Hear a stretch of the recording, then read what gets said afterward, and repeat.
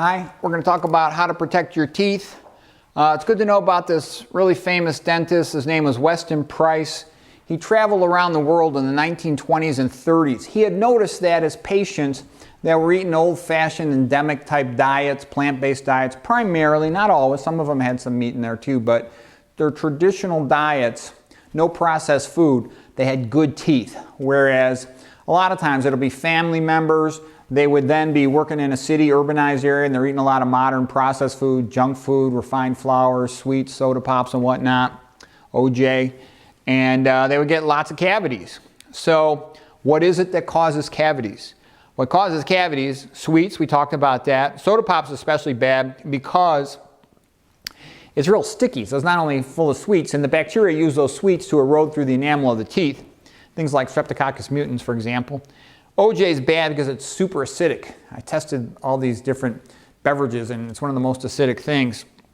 It causes cavities. Refined flour is bad because the fiber's been removed and now the bacteria can get at the carbohydrate, the glucose, faster. If it's packaged in fiber, it'll be down in your stomach before the bacteria can take that glucose and then use it for their erosive metabolism through your teeth.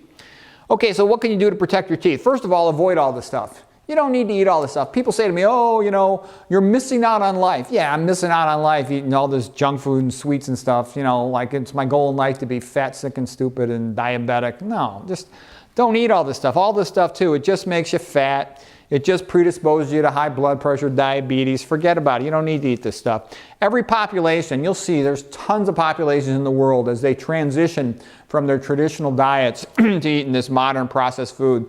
Every single one of them. There's no genetic uniqueness in this. They all become fat, sick, and diabetic with lots of hypertension, myocardial infarction, stroke, and all this stuff. All right, what else can you do? After every meal, you can rinse your teeth with water. Pretty easy to do. You can get those little interdental brushes, little tiny things you just go through there. Those are nice because you can use them really fast. You should floss at night.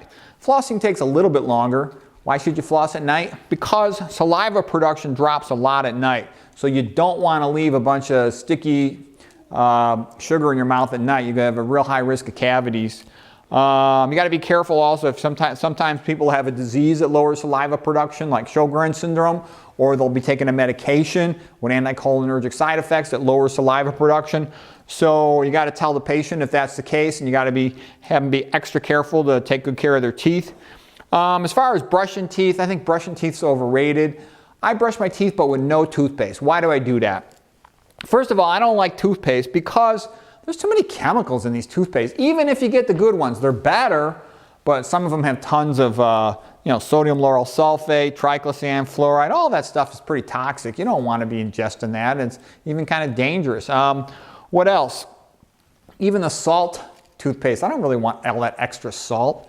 Why do I brush my teeth though with just a plain brush? The reason is the bacteria, like the Streptococcus mutans, it'll make films, this sort of slimy stuff, almost like a slime mold equivalent, on your teeth that it uses that to sort of live in and hide in from the immune effects of your saliva, for example. So by brushing, you help to get that stuff off.